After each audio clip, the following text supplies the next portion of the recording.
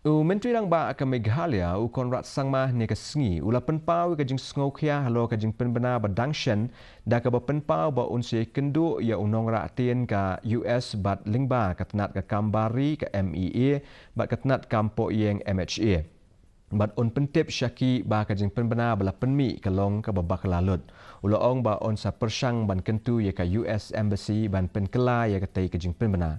Usang ma ula Pynpaw ka jing kermen bada ka jing batai ke bebiang bat ka jing kershan ke bayat prelang na ke MEA la ban penbej ya ka ni ke jing e bat ban penbej ya ka ni ke jing penbenar ha ka bayadai bat ka jing tokit ke badang ya chakmat halo kam penyam ya u Raja Raghuvanshi. Menteri ke jela ula ong bagi sarkar ke sengohun ba jing shisha ke lala Pynpaw pertai.